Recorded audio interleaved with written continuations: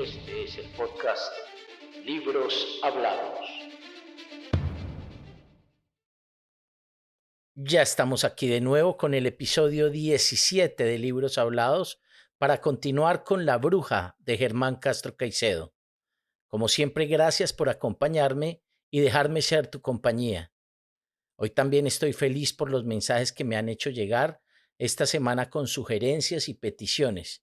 Tú también puedes hacerlo a través del correo libroshabladosfp@gmail.com o en la caja de comentarios de la plataforma en donde nos estés escuchando.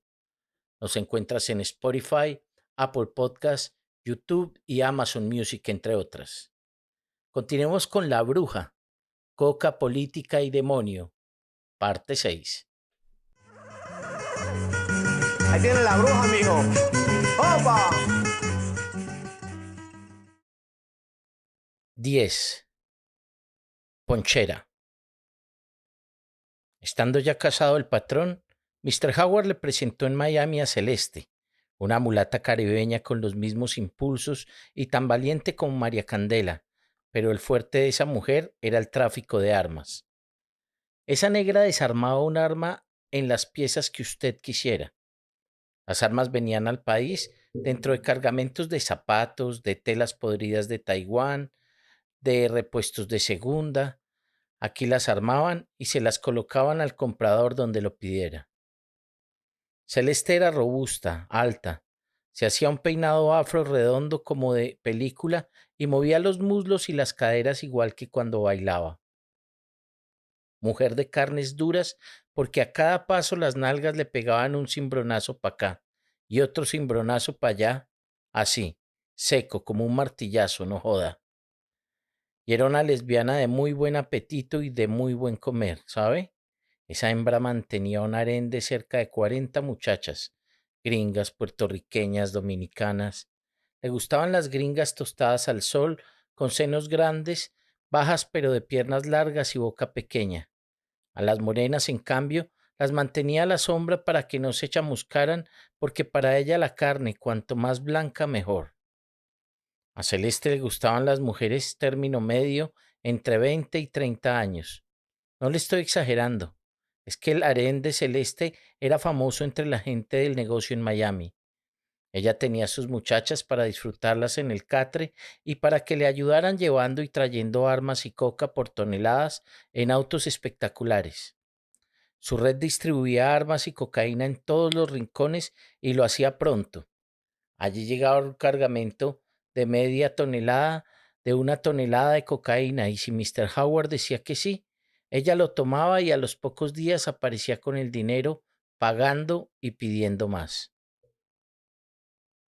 Amor, dígame dónde quiere que le coloque el dinero, aquí o en Nueva York. Diga dónde. Era una mujer legal en todo sentido, estricta, cumplida.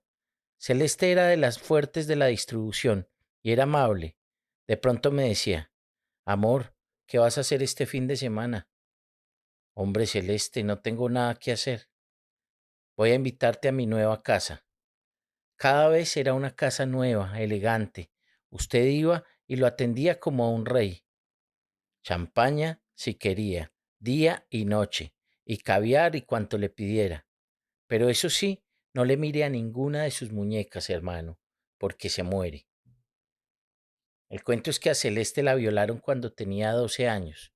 Cuando iba a cumplir los 13, tuvo un hijo y cuando cumplió los 14 ya odiaba a los hombres. Usted iba a las casas de Celeste en los Estados Unidos y eran fastuosas, con piscina, con mármol, con garajes y 3 o 4 Cadillacs adentro. Y tenía casas en Miami, en Los Ángeles, en Houston, en Atlanta, en Orlando, un apartamento en la parte elegante de Nueva York. Ella era del mismo aire de María Candela, pero más fina que María Candela, y era súper amiga de Jaime. Un mes de octubre, yo estaba cansado y dije que me venía a pasar diciembre en el Caribe. Ella lo supo y me buscó. Mira, dijo, yo tengo un penthouse allá en el edificio Las Fuentes. Toma las llaves y toma estos $. Busca esta dirección y mándame remodelar aquel piso a tu gusto. Quiero regalárselo a mi mamá en la Navidad. Lo necesito lo más sofisticado que puedas, lo más fino. Mejor dicho, yo veré cómo vas a dejármelo. Pide lo que quieras y yo te lo despacharé en avión. Toma medidas de alfombras, de tapetes, de refrigeradores y congeladores, de lavadoras, de muebles. Mejor dicho, pilas, hermano, que de aquí enviaré lo que usted me diga. Inclusive, recuerdo que dijo, quiero enviar hasta las plantas del jardín, porque las de aquí son más finas. Pero eso sí, lo quiero listo en cosa de semanas, así que vete ya. Yo estaré llegando entre el 18 y el 19 de diciembre. Allá nos veremos. Me dio $350,000 y me vine. Aquí abrí una cuenta y conseguí arquitecto y decorador y le metimos mano a la obra y el 20 de diciembre me llamó el patrón.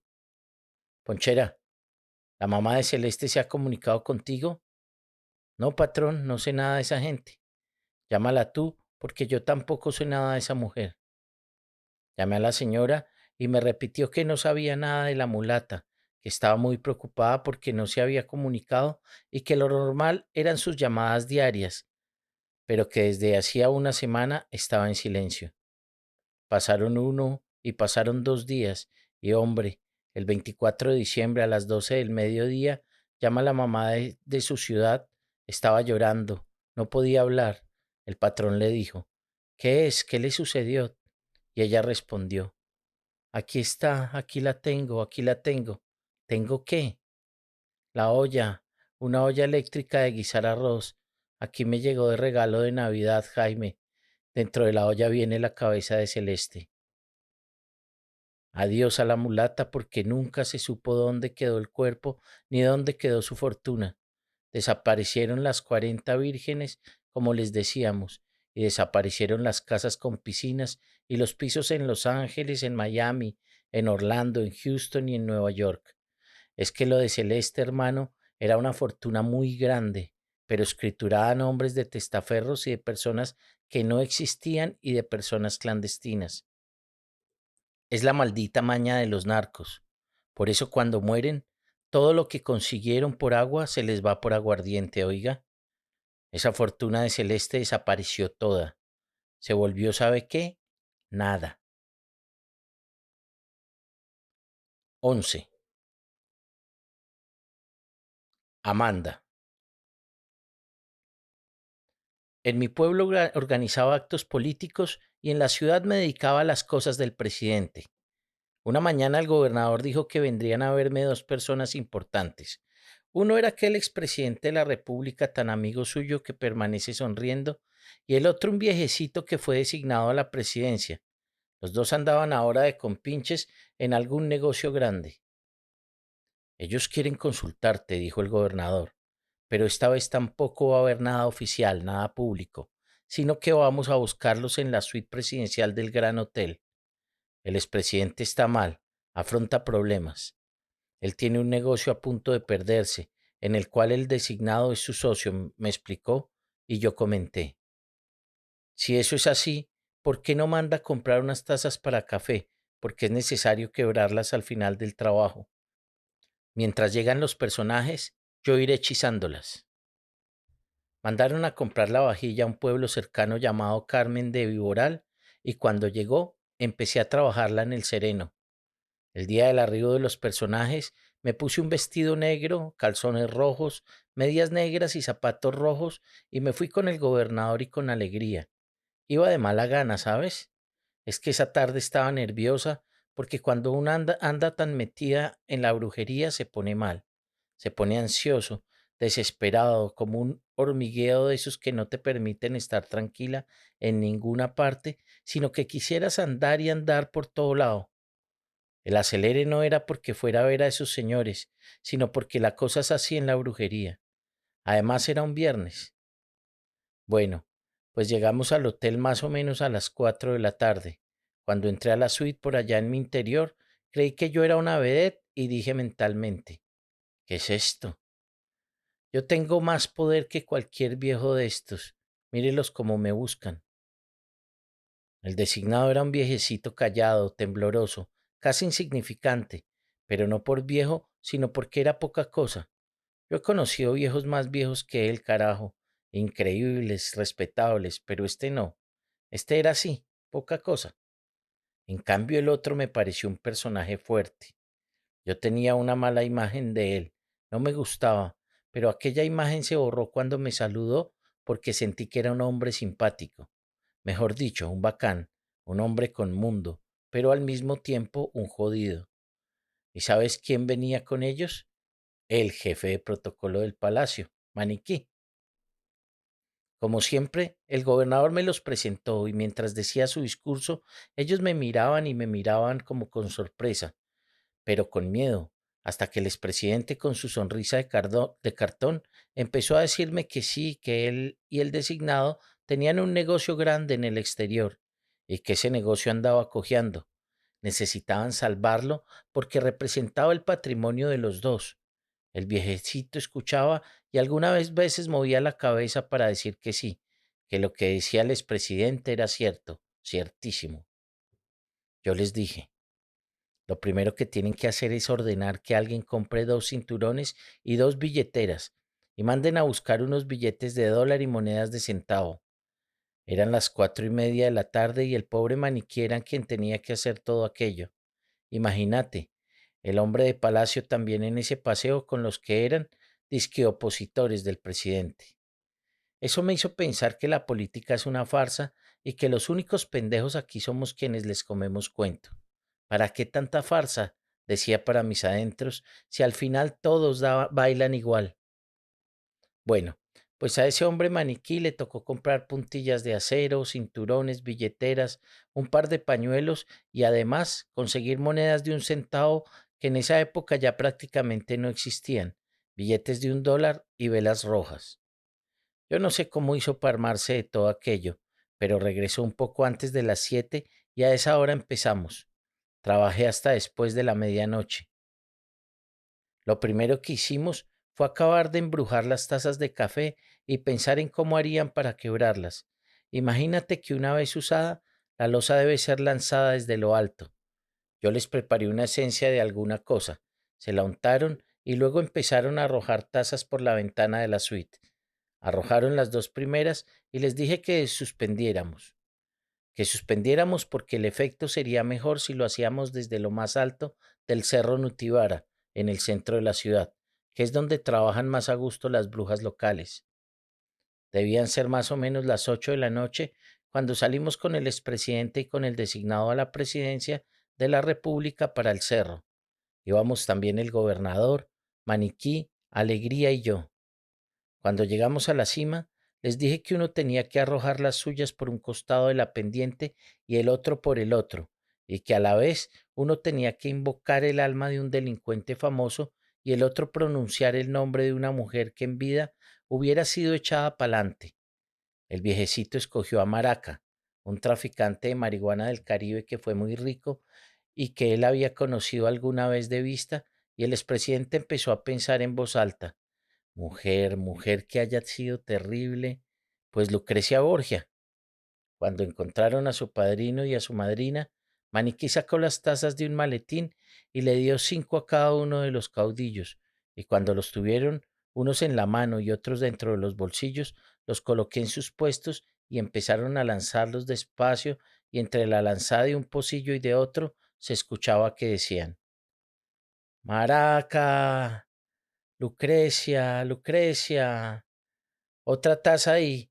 Maraca, Lucrecia, Lucrecia. Cuando terminó el concierto regresamos al hotel y empecé a rezar las monedas y luego las brujé con limón y láudano y les hice a ellos una bebida con polvo de piperina negra, vainilla del Cáucaso, elixir de Gaurus y un poco de semen contra y todos se lo tomaron con agua de serpentaria. Mientras ellos bebían sumisos y obedientes, yo rezaba. Había colocado el mortero, el reverbero y algunas otras cosas en el suelo. Estaba sentada en el centro de la suite y ellos se habían acomodado en un par de sillas al lado mío. Cuando se bebieron la primera pócima, les arreglé los cinturones con rezos y fricciones y después les conjuré las billeteras. Las monedas tenían otro rito especial y los billetes uno más. Luego debían tomarse la segunda pócima Era la infusión hecha con celino de los pantanos. A mí me da risa cuando pienso cómo harían maniquí el expresidente y el designado para decirles a los camareros que les sirvieran esas hierbas y esos zumos verdosos que yo había machacado en el mortero. Es que cada cosa que yo preparaba tenían que llevarla y hervirla. Luego la traían en un carrito con manteles y servilletas dentro de tazas de plata que cubrían con una tapa grande, también de plata. ¿Qué cara pondrían? Recuerdo que mientras hacía todas esas marullas, ellos permanecían callados, quietos, tranquilos, mirando la preparación de los brebajes y escuchando las oraciones. Cuando las recé, les dije que esas monedas tenían que ir envueltas en un pañuelo blanco acabado de comprar y atado con 4 nudos y les advertí también que tenían que llevarlo con ellos mínimo durante 3 meses. Sé que lo hicieron así. Al día siguiente regresamos con el gobernador y con alegría, y como a las 10 de la mañana los hice subir nuevamente al cerro Nutibara. Allá prendimos unas velas y recitaron una oración negra y después senté a uno espalda con espalda contra una escultura que hay arriba y al otro al viejecito le hice meter los pies debajo de la escultura. Una vez acomodados los hice rezar nuevamente. Bebieron de una poción muy amarga y después les entregué unas botellas que debían llevarse para la capital del país. Les anoté los números de mis teléfonos, comí con ellos y luego los llevaron al aeropuerto. Iban felices. Te cuento que esos dos próceres me buscaron durante mucho tiempo para consultar sobre los riegos, sobre las oraciones, que cuántas veces tenían que invocar a Maraca o a Lucrecia Borgia, hasta que unos meses después me dijeron que el negocio se había salvado y en agradecimiento me mandaron unos libros y sin que yo les hubiera pedido nada, 1 millón de pesos, que en esa época era una fortuna, pero una verdadera fortuna. Ah, es que yo no sé por qué no tengo dinero. ¿Será por la maldición de la brujería o porque soy tan desprendida? Mira, ese 1 millón de pesos sirvió para que mi papá pagara una hipoteca y no perdiera nuestra casa. 12. Aquel año las fiestas del café fueron diferentes porque Sola, ahora posesionada de su nuevo papel, tomó las riendas de algunas cosas mientras en otras Jaime se mostró más dominante que de costumbre. De por sí ellos ya eran los personajes centrales de la caseta del teatro municipal, y como eran los dueños del club y de las heladerías del atrio y de las casetas abajo del atrio, dijeron que todo tendría el carácter de popular, y lo único exclusivo que quedó fue lo que ellos dos quisieron, porque como los demás no tenían con qué traer orquestas ni toreros ni toros, entonces él pagaba y decía en cada espectáculo, entren todos. Y en ese entren todos se colaban hasta las viejas de allá abajo, las de Corea. ¿Me entendés? A las cantinas de la plaza, que eran unas cantinas decentes y moderadas porque fueron siempre controladas por la clase alta, ya venían a bailar las coreanas. Ya el barrio dejó de ser barrio porque él lo subió para la calle abajo regalando casas, que a la señorita tal de Corea la subía para la calle abajo y a la otra para la calle de la Barra. Aquí, barrio de prostitución, concentrado y controlado como en otras partes, no hay desde cuando Jaime Builes llegó cargado de dinero.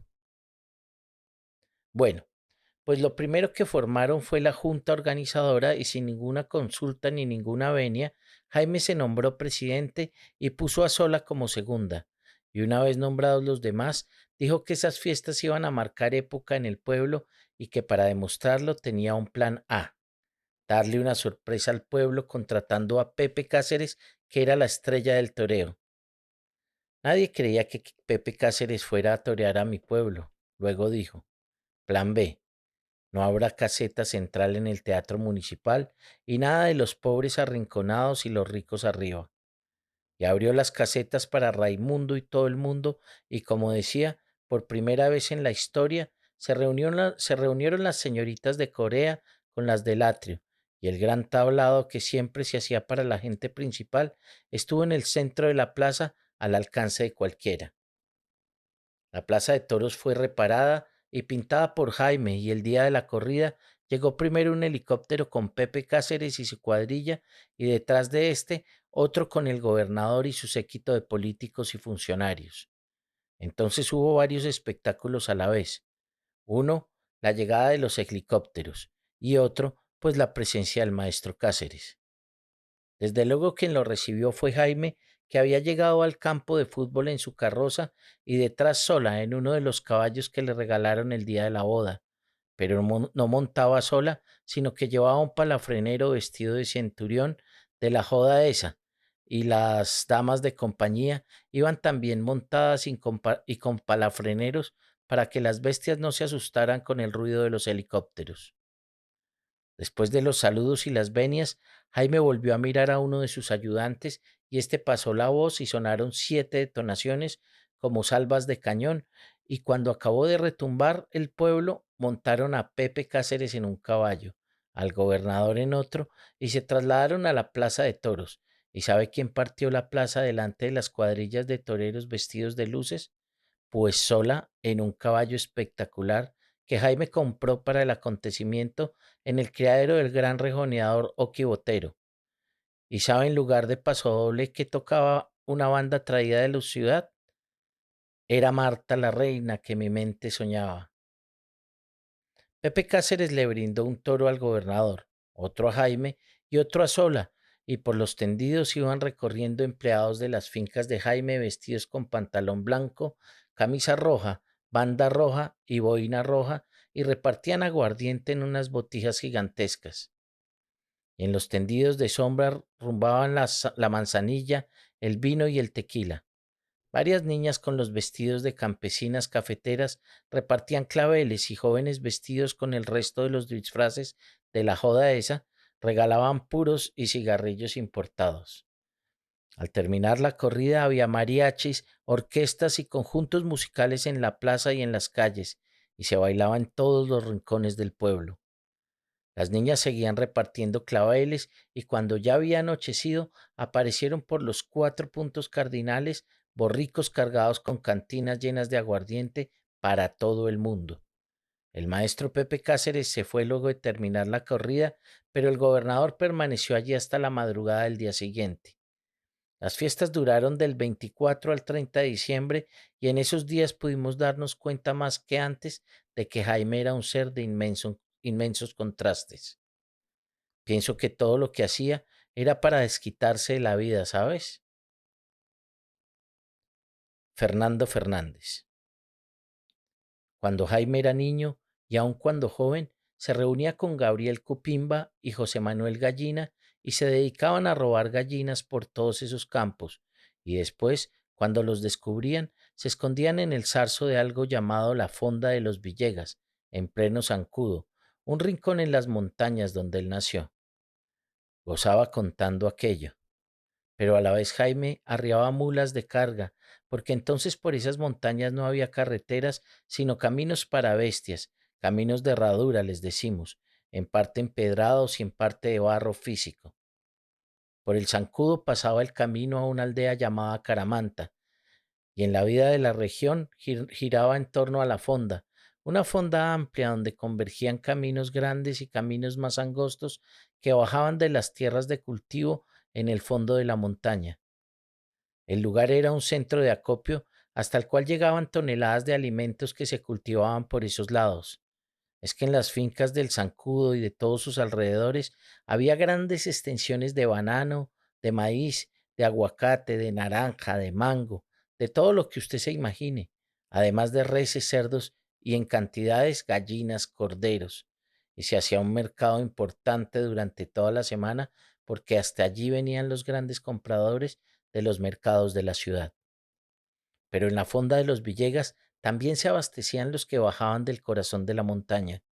Por ejemplo, allí mataban un novillo y 2 o 3 cerdos diariamente y vendían desde cebolla, papa, arroz y chocolate hasta machetes, peinillas, clavos, cerraduras, calderos, perfumes, dados, velas, querosene para las lámparas, purgantes para el ganado y para la gente, en fin. Y había un teléfono de repique que era la clave de las comunicaciones rápidas. Entonces llamaban, por decir un ejemplo, desde la ciudad los días viernes para avisar que el sábado llegarían por la tarde los blancos de tal hacienda, que mandaran a un peón a darle aviso al administrador para que enviara las bestias en que iban a transportarse. Frente a la fonda hay una plazoleta y al otro lado dos bodegas donde guardaban la mercancía para la ciudad, acomodadas en grandes cajones de madera con frutas, con verduras, con todo, y a la vez las que iban para las montañas, donde se hallaban las casas de los campesinos y las haciendas de los blancos. Todo se transportaba en mulas, bien para la ciudad o bien para la montaña, y por eso en el zancudo prácticamente todos eran arrieros, y de todos ellos, los principales eran los builes. Entonces, como le decía, desde cuando aprendieron a caminar, Jaime y sus hermanos fueron arrieros de mulas como lo habían sido su padre y su abuelo, y a lo mejor su tatarabuelo. Jaime arriaba las mulas de don Ernesto, el papá, pero a la vez durante la infancia y en los primeros años de la juventud fue peón en muchas haciendas y en muchas fincas. Ellos nacieron en La Gruta, una alfarería en la que también había pesebres. Ahí nació Jaime en una casita pequeña, casita de arriero, cerca de la mayoría. La mayoría se le decía a las grandes casas de las haciendas donde vivían los mayores que además de mayores eran blancos y que además llevaban sus alforjas llenas de oro. Cuando Jaime cumplió, no sé, unos 10 o 12 años, empezaron a construir una carretera y aparecieron por allá los camiones recogiendo la comida que producían las haciendas y empezaron a desaparecer las mulas. Entonces Jaime se hizo ayudante de camión y conoció la ciudad y a partir de aquel momento ya no quiso saber más de su tierra, sino que dio el salto y se fue a vivir a mi pueblo. Allá trabajaba en los camiones y cuando no había trabajo, robaba gallinas en el zancudo y las vendía en el pueblo. Cuando los descubrían, se marchaban y dormían 10, 15 días escondidos en el zarzo de la fonda de los Villegas. Las gentes cosechaban el café y lo ponían a secar en el mismo zarzo y luego lo dejaban almacenado para venderlo poco a poco. Ese era su colchón y su cobija porque el café da calor, abriga cuando está seco. Ya de ahí se fue para la ciudad, donde conoció a María Candela y donde se hizo comerciante y después contrabandista de baratijas traídas de San Andrés y finalmente usted ya sabe, un magnate que regresó de la noche a la mañana con el deseo de comprarse todo el pueblo. Amanda. Es que Jaime con sus contradicciones hizo aquí toda una revolución que cambió hasta la fiesta del niño. Imagínate que cuando supo que íbamos a celebrarla, como la celebrábamos todos los años, nos mandó a decir que lo dejáramos participar, que él se sumaba al festejo. Total, que un día llegó y dijo que iba a traer, entre otras cosas, conjuntos musicales y mandó a hacer un tablado en la plaza, pero nos complicó la vida porque no dijo con suficiente anticipación que quería unir la fiesta del niño con la del anciano. Tratamos de disuadirlo y dijo, si no unen las dos, no hay dinero. ¿Qué íbamos a hacer? El día de la fiesta revisó el tablado, fue a su hacienda, ordenó traer el caballo percherón, encabezó el desfile con sola, montó a todos los ancianos del asilo en coches, a todos les dio regalo y a los niños les dio caramelos, música, helados y regalos. Los ancianos comieron helados y caramelos y también jugaron. Yo le dije, escúcheme, esto no es muy gracioso. Y él respondió, ¿gracioso? ¿No ve que regresaron a la niñez? Fernando Fernández. Jaime tenía algún sentimiento especial por los viejos. Había un asilo y cuando él estaba en su apogeo me decía mensualmente, compre comida para el asilo, lléveles a los ancianos tantos paquetes de galletas y de caramelos y de cosas finas a cada uno, cómpreles ropa. Algunas veces enviaba un autobús y me decía, a los ancianos de este pueblo lléveselos para el asilo de Jerusalén. Quiero que se conozcan entre ellos. O váyase para el occidente con nuestros viejos y déles todo lo que pidan. Si desean emborracharse, emborráchelos. Esa era su debilidad, y cada mes sacábamos a los ancianos, bien sea de un asilo o del otro, y los divertíamos como ellos querían. Amanda. Nunca conocimos al papá de Jaime Willes. A la mamá la vimos de lejos tal vez una o dos veces. La traían bien vestidita y paseaban, pero no se la presentaban a nadie. No le gustaba mostrar a su familia, ¿sabes? A la que mostraba inicialmente era la gente de la calle de la Barra, aunque después la dejó a un lado porque ya era amigo de los de arriba y buscaba perfilarse mejor. Es que ya estaba metido con el gobernador y con el presidente de la Asamblea de la región y con la mayoría de los diputados. Ya parte de los blancos trabajaban para él y ya pues él era un ¿qué? Un mecenas. ¿Y qué es esa joda? Pues el hombre acaudalado que les ayuda a los artistas y a los intelectuales y a los estudiantes. Bueno, entonces haremos eso. Enviaremos a los mejores estudiantes de los colegios y las escuelas del pueblo a pasear a Miami para que se civilicen y que también los acompañen los peores estudiantes. Hágame una lista de todo ese personal. Cuando se la entregaron, dijo que era necesario premiar también a una profesora de muchos méritos, mandándola como acompañante, pero descartó a las de más estudio y mejor presencia y escogió a una seguramente muy buena, pero muy modesta y muy lejana en categoría a las del liceo y la normal. ¿Sabes dónde la buscó? Hombre, en una escuela también modesta que había en el Gólgota, un lugar distante. El grupo era de 42 personas y duraron en la Florida 48 días, comiendo, durmiendo, comprando bodas y haciendo turismo por cuenta de Jaime.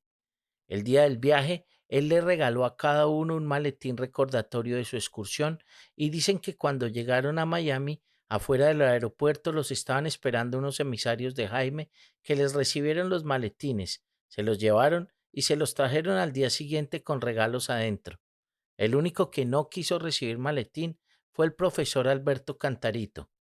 Ah, se me olvidaba contarte que también mandó al cura aquel de los cassettes como capellán de la expedición, con maletín. 13. No había terminado el trabajo del expresidente y su amigo el designado cuando un día me llamó Alegría. Amanda, viene el presidente y viene con su hija y el gobernador viene con su hijo. Vaya preparando algo porque se trata de encadenar esas dos almas. Tienen que hacer algo prodigioso. ¿Cuándo vienen? No dijeron, pero debe ser pronto. Necesito un par de días más para trabajar. Les pediremos ese plazo. Bien.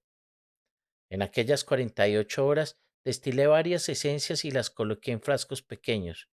Un día antes Alegría me dijo, la reunión será en mi casa dentro de 2 días para que puedas tener a tu disposición la cocina. Cuenta con un día más. La tarde de la recepción llegué temprano a la casa de Alegría. La comida de ellos, según lo mandaba la brujería, tenía que hacerse en unas ollas de cerámica y servirse en vasijas de cerámica negra. Entonces, para que se viera natural, ella decoró el comedor con piezas artesanales. El plato fuerte de la cena eran porciones de mariscos servidos en una especie de platos hondos y redondos de cerámica llamados cazuelas.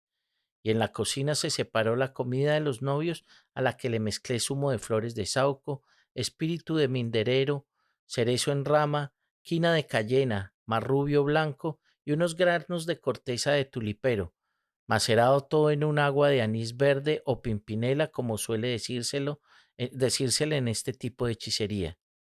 Y luego del primer hervor, puse 3 gotas de un cóctel muy poderoso que uno prepara con cantaridas, fosfuro de zinc, trufas, almizcle, pimienta negra, vainilla y ámbar gris. Esa pócima no actúa de inmediato. Es posible que se demore días o semanas, pero cuando actúa, la gente arde de pasión. Es que arde, ¿me oíste? Una vez mezclado todo aquello, les di vueltas a las cazuelas y las recé varias veces. Ellos no habían llegado aún. Sobre las 7 de la noche, impregné las baldosas por donde iban a cruzar con agua de canchalagua, una planta que evita las lágrimas, y extracto oscuro de bonimia. Luego le rocié agua bendita en mezcla con gotas de zumo de ortiga blanca y acetato de potasa, y llené el perfumero con loción de macuá. Sobre las 8 sonó la puerta. Abrieron y yo me humedecí la mano para dársela a cada uno de ellos cuando me los presentaran con sus padres. Esa noche estuve rociándoles perfume del nido de macuá mezclado con polen de flores de pelitre del Cáucaso, sin que se dieran cuenta tanto a ella como a él. Me acuerdo que revoloteaba de un lado a otro, me detenía, tocaba a uno y al otro con la mano untada del perfume. Luego me concentraba y hacía lo que tenía que hacer. Mientras tanto, los padres se veían conversando tranquilos como si yo no existiera. Esa noche unos y otros bebieron algunas copas y hacia las 12 salieron para la casa del gobernador. A partir de esa velada, hablaba con el presidente, con el gobernador, con el expresidente, con el designado, con las señoras de los generales que venían o se comunicaban con cierta frecuencia y al cabo del tiempo el gobernador me llamó para decirme que su hijo se casaba con la hija del presidente y preguntó qué faltaba por hacer. Debía rematar la faena arreglando un bálsamo con flores de azahar, extracto de coloquintida y agua de sende la palta. Se lo entregué por la noche en un sitio de brujería dura, pero de brujería fuerte que hay ahí cerca de la ciudad. ¿Sabes cuál? El San Antonio de Pereira. Ese bálsamo quedó allá debajo del santo un par de días, los primeros de una novena especial, y acordamos que el gobernador mandaría luego a alguien a recogerlo para ponerlo a hervir con agua destilada. Esa noche Alegría, que era insegura en estas cosas del matrimonio, dijo que no, que eso no parecía suficiente y que mejor hacía una despedida de solteros para poder superenyerbarlos. Perfecto. A esa comida fueron el gobernador, su esposa y desde luego su hijo, el presidente, su hija y una hija de la hija y un séquito de políticos. Esa noche supe que Alegría estaba enamorada de un hombre importante llamado Juanito Montoya y que ya había empezado a enyerbarlo. Bueno, como siempre, entré a la cocina temprano y empecé a trabajar a base de espinaca licuada en agua de flores de meliloto. En una refractaria poníamos una capa de arroz blanco y la cubríamos con la pasta de espinaca y encima esencia del nido de macuá, aceite de berros y llanten de los Alpes. Luego otra capa de espinaca, una de arroz blanco y luego una de zanahoria rallada y guisada con pimentón, cebolla de huevo y más esencia del nido del macuá. Enseguida una capa de atún y el pájaro macuá que debía ir 4 veces. Otra capa de arroz blanco, una de pollo deshuesado, azafrán en polvo, eneldo y lágrimas de estoraque. Finalmente se bañaba todo con más espinaca y encima se le ponían huevos cocidos y una capa invisible de polvo de semillas de cedrón. Luego una oración final, algunas gotas de aquel afrodisíaco, ámbar gris, cantarías, trufas y una pizca, pero una pizca como la cabeza de un alfiler de algo violentamente somnífero si se usa en cantidades mayores, el azúcar de Saturno. Eso era para todos. Desde luego, los platos de los novios habían sido rezados a Santa Elena, Santa Marta, la mano poderosa y el ángel solo. Cuando comenzó la cena prendimos velas en números pares. Unas llevaban el nombre del tipo y otras el nombre de la muchacha. Para marcarlas uno coge la vela y escribe con un alfiler el nombre de ella en el rabo de la vela y en la misma vela, pero por donde se prende, el nombre del prometido. Luego se hace una cruz en el centro y en la mitad de la cruz se le pega la foto del muchacho y una vela y la de ella a otra, la de él a otra y la de ella a otra y se dejan arder hasta que se consuman. Esa noche pusimos 8 velas, 4 y 4, y para que no las vieran, las colocamos en una habitación cercana del comedor. Les hicimos los hechizos del amor, los conjuros para atarlos y los sortilegios para casarlos. Después de esa noche volví a ver a la pareja aquella en las revistas y en los periódicos. Su matrimonio tuvo mucha publicidad. 14. Ponchera. Estábamos en Miami y el patrón dijo que iba a regresar al pueblo porque allá tenía un compromiso importante con alguien del gobierno. Él pasaba un tiempo en Estados Unidos, tranquilo, andando en autos comunes, sin dar fiestas, hablando bajo, comprando poco en los almacenes para no llamar la atención, pero tomaba su desquite en el pueblo. Allá se divertía todo lo que no podía donde los gringos. Total, que preparó el viaje, pero no sé por qué tuvo que quedarse un fin de semana bien aburrido y tal, y ese domingo me llamó y dijo, véngase para Mango Hill, donde tenía una casa, y me acompaña porque estoy solo. Aquella vez entró por Aruba y dijo que había cambiado de hueco, mejor dicho, de ruta, porque el de Aruba era nuevo y no tenía todavía ni esperanzas de calentarse antes ante la policía de fronteras, que iba a cambiar algunas de sus rutas. Bueno, el patrón no quería estar solo. Vayamos a saludar a María Candela, dijo. María Candela vivía en las playas, Miami Beach. Siempre le gustó esa zona hotelera. Nos fuimos.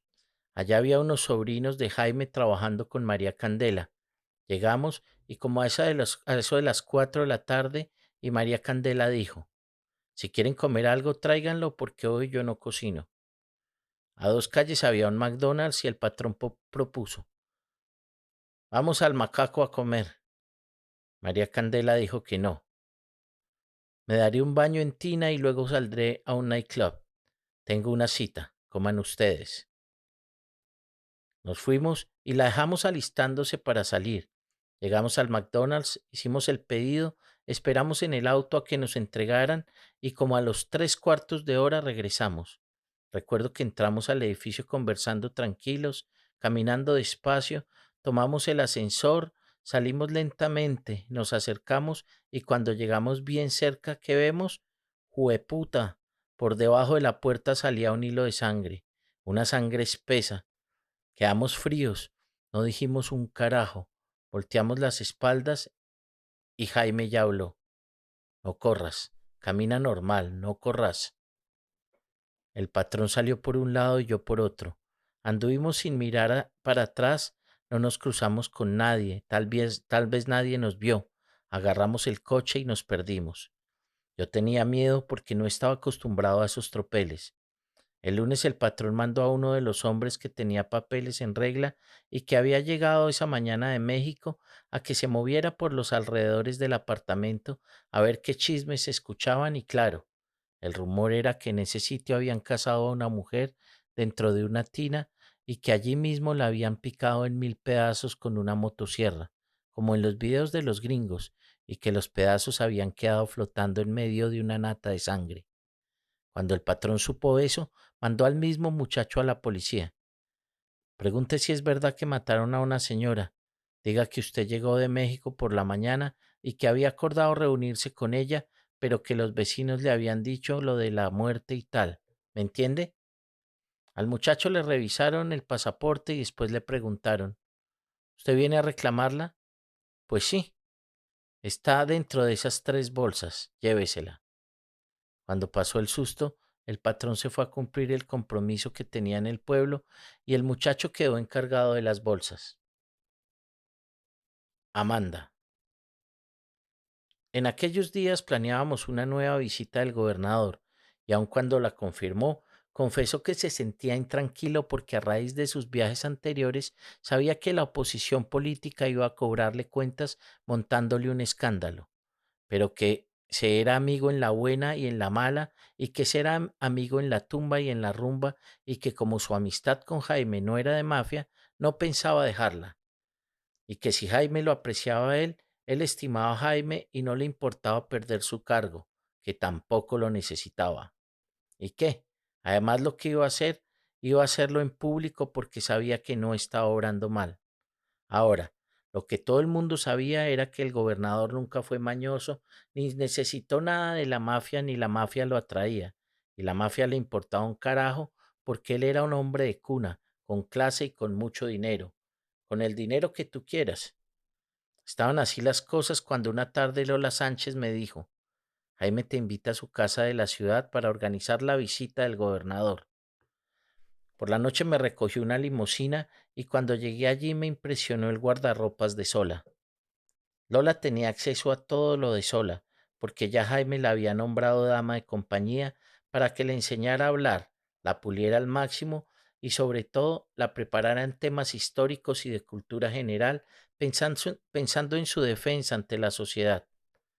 Por eso Lola me llevó al guardarropas de Sola y cuando estábamos admirándolo, entró aquella y yo le dije, ay, qué cosas tan hermosas tienes. Y ella me respondió, es como lo soñé. ¿Te acuerdas del zar de precios? Pues en aquellas escenas de la segunda parte, cuando mi padre se ganaba la lotería y yo me ponía aquella ropa tan fina en el fondo, sentía que eso iba a sucederme algún día. Yo presentía que eso iba a ser realidad, lo sentía ya, y luego cuando veía las revistas de modas soñaba con cosas como estas y volvía a presentir que algún día las tendría. Y fíjate, no eran fantasías de la edad, ya están. De allí pasamos al baño, amplio, enchapado en mármol de Carrara con grifos de oro.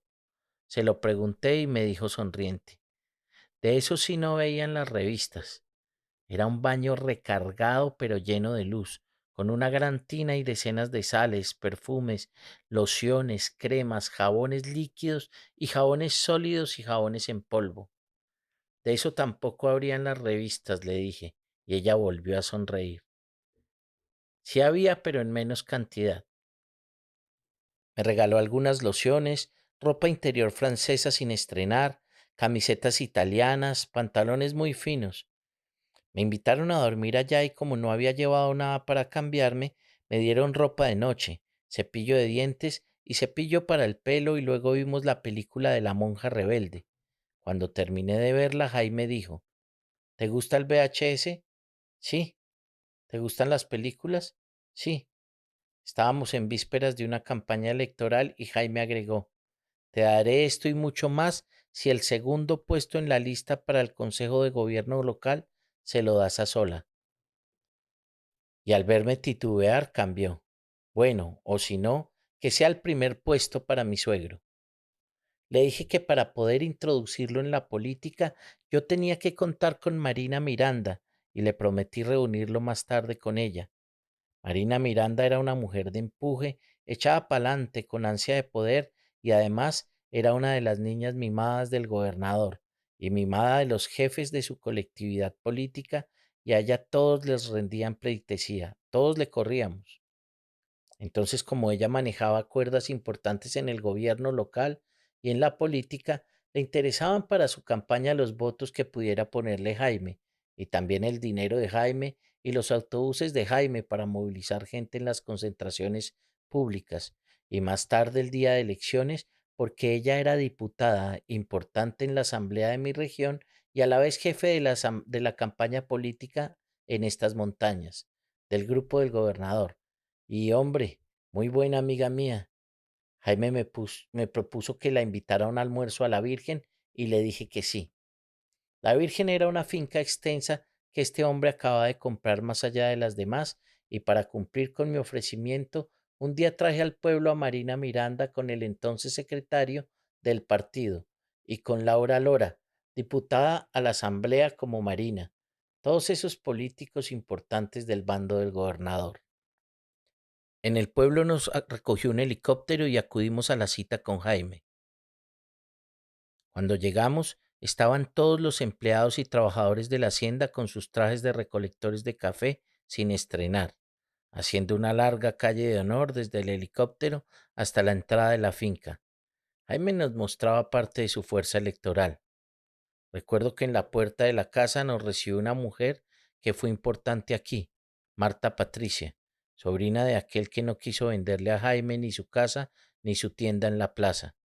Marta Patricia trabajaba ahora para él y se inclinaba cada vez que le daba órdenes. A raíz de eso, sus tíos la dejaron de lado y Jaime la colocó como secretaria de Sola. Y la verdad es que lo hacía tan bien que al final se quedó con la mitad de la flota de autobuses y con la Virgen. Ella también se desquitó con la vida. Decía que Marta Patricia nos recibió en la puerta con un ramo de flores para cada una. Eran unos ramos de orquídeas silvestres y después de los ramos nos dieron bolígrafos Cartier de oro y lociones francesas. La Virgen era la finca más hermosa que yo había visto.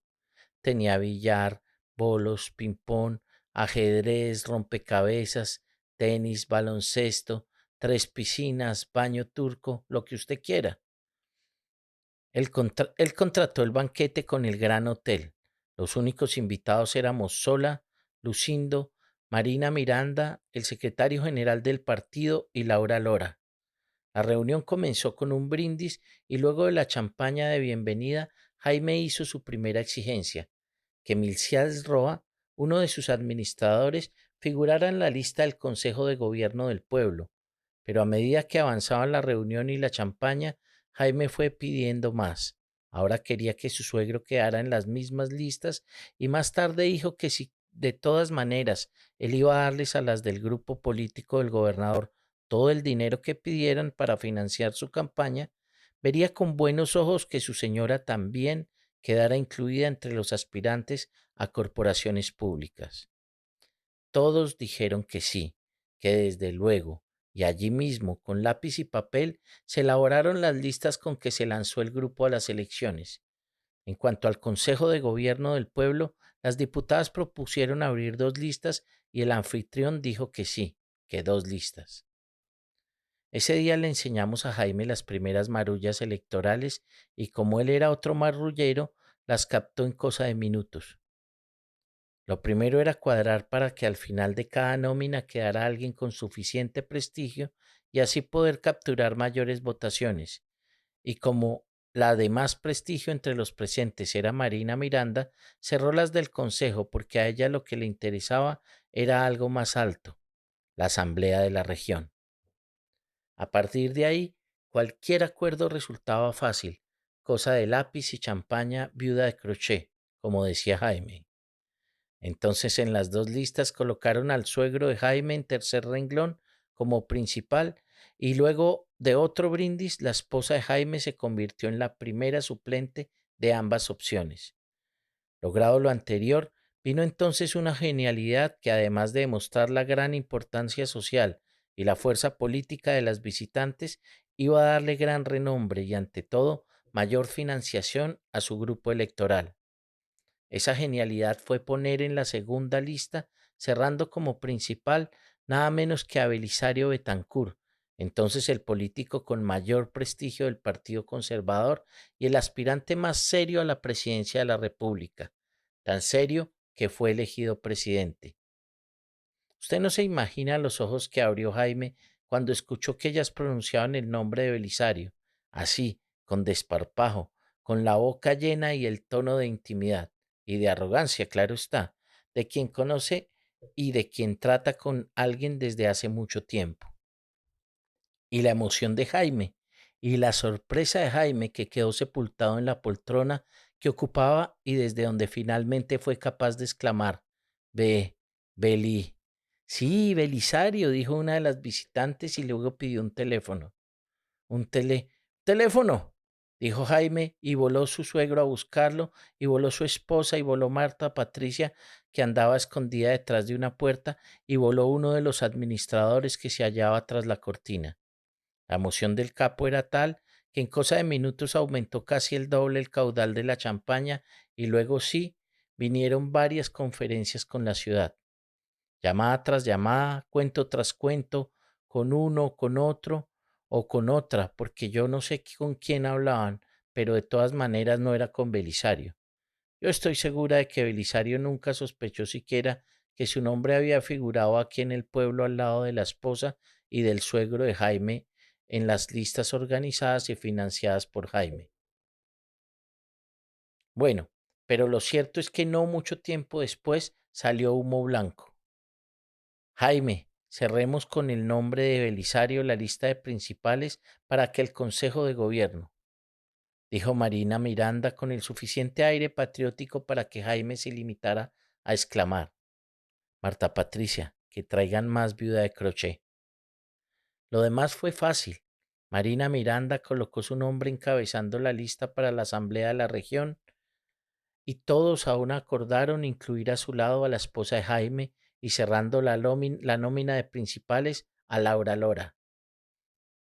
Hoy, tantos años después, puedo ver claramente que esa tarde en aquella mansión nació ante mis ojos la infamante narcodemocracia colombiana. ¿Para qué lo vamos a negar? ¿Para qué? Si es que a partir de allí nos convertimos en una narcodemocracia. El resto del cuento es sencillo. Se acabaron los brindis y las listas y pasamos a manteles. Jaime nos tenía buffet, guitarras, trío de música del campo, porque a Marina Miranda le gustaba mucho, y otro de guitarra clásica que quería Laura Lora. Laura dijo que ella era escritora y le regaló un librito en edición modesta sobre su tierra, patrocinado por la fábrica de licores del estado, porque el gerente, desde luego, era de la corriente del gobernador, y Marina Miranda pareció mostrarse interesada en las cosas del anfitrión, y desde luego él en las de Marina Miranda. Con aquella comida Jaime buscaba algo muy importante para él en ese momento, que su esposa fuera nombrada en la Embajada de Colombia en México con un cargo que implicara inmunidad diplomática y por otra parte las diputadas buscaban armar con su ayuda toda la tramoya para las elecciones que se acercaban. Como quien dice, se unieron el hambre con los deseos de comer, de manera que ya a filo de la tarde quedó claro que Jaime se comprometía a poner el transporte de los votantes y de los políticos con sus equipos de trabajo durante toda la campaña y aún el día de elecciones, a suministrar toda la propaganda que se necesitara durante la campaña y el día de elecciones, a dar comidas y otros alicientes para quienes vinieran a votar por nuestras listas, amarrar los votos de los trabajadores de todas sus fincas aquí y en otros municipios. Para eso debía concentrarlos en el pueblo desde la víspera del día de elecciones y a poner dinero en efectivo para trabajar en toda la región. Entonces Jaime nombró a 10 capataces de sus haciendas para que coordinaran la actividad, comenzando por nuestra visita a las fincas con el fin de llevar a los trabajadores al pueblo para que se inscribieran como votantes el día de las elecciones.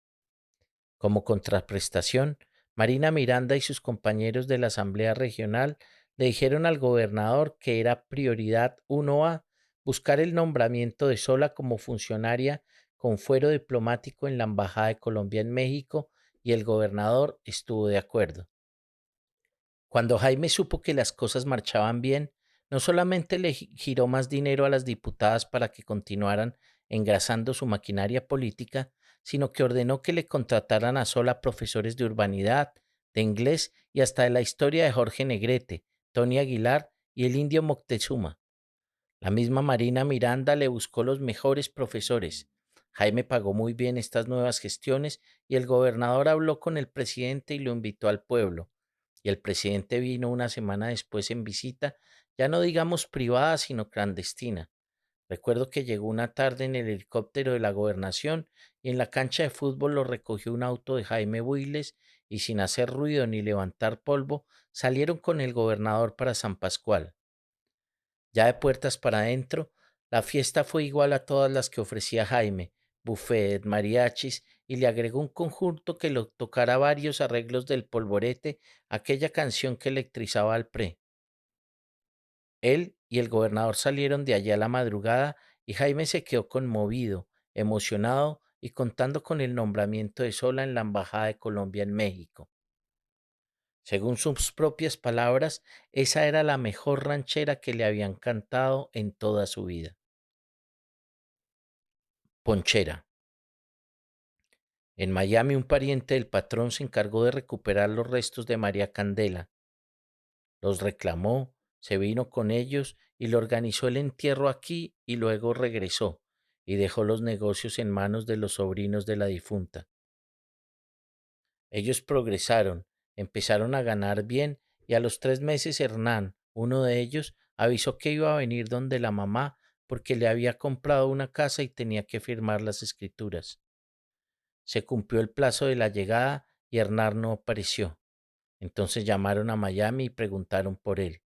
Había viajado 8 días atrás, pero no aparecía por ninguna parte. Entonces el patrón dijo, debe estar en la ciudad. Lo buscaron como a una aguja y al cabo de un mes recibieron una llamada telefónica, que si deseaban hallar partes del muchacho, visitaran tales y tales basureros de Miami. Fueron a mirar y sí, en un sitio encontraron los brazos, en otro las piernas, en otros la cabeza, y lo que trajeron fueron los brazos, las piernas y la cabeza, menos el tronco porque ese nunca apareció. Nuevamente la motosierra. Al frente de aquellos negocios quedó entonces el segundo sobrino, un tal Careningua, pero un mes más tarde le hicieron un atentado en su apartamento de Miami y logró escapar ileso. Se habían colado por las ventanas, rociaron con balas las paredes, se llevaron una maleta llena de dólares. Él huyó malherido y finalmente quedó paralizado de la nuca para abajo. Estuvo escondido varias semanas y luego se vino. Permaneció en la ciudad 2 o 3 años, al cabo de los cuales regresó por el hueco a través de la frontera entre Estados Unidos y México, llevando a su hermano menor. A él lo sumergió en el mundo de la cocaína y cuando había ganado unos pocos dólares, lo dejó trabajando solo.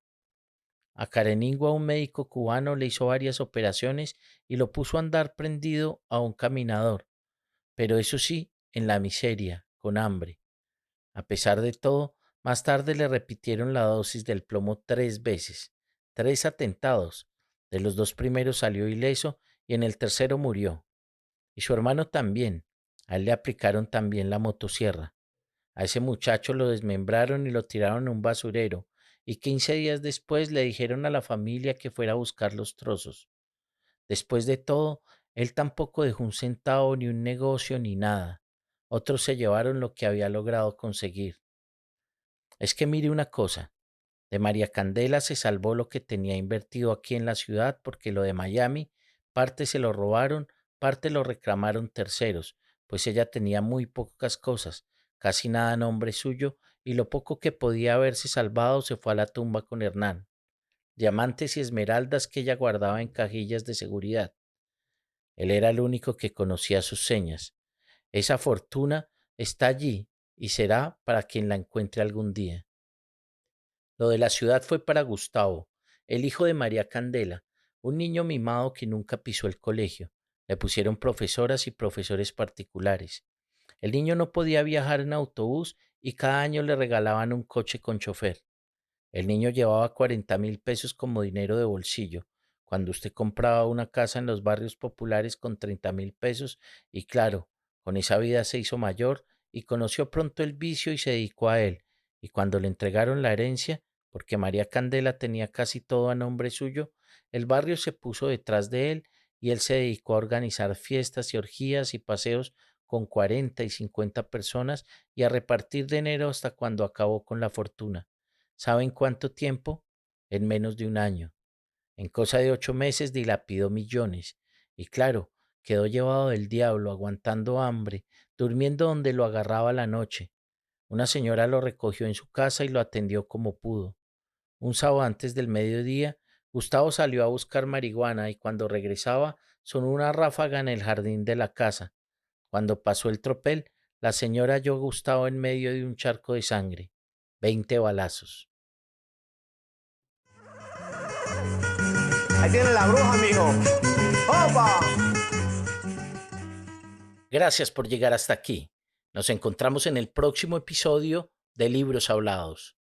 Nuestra audiencia en YouTube ha venido creciendo también y por eso les quiero pedir a quienes nos oyen en esa plataforma que les den me gusta si les gustó. Déjanos también tus comentarios y peticiones a libroshabladosfp@gmail.com o en la caja de comentarios de la plataforma en donde nos estés escuchando. Nos encuentras en Spotify, Apple Podcasts, YouTube y Amazon Music, entre otras. Soy Johan Gualtero, transmitiendo desde la no siempre fría Canadá. Gracias por escucharnos. Este es el podcast Libros Hablados.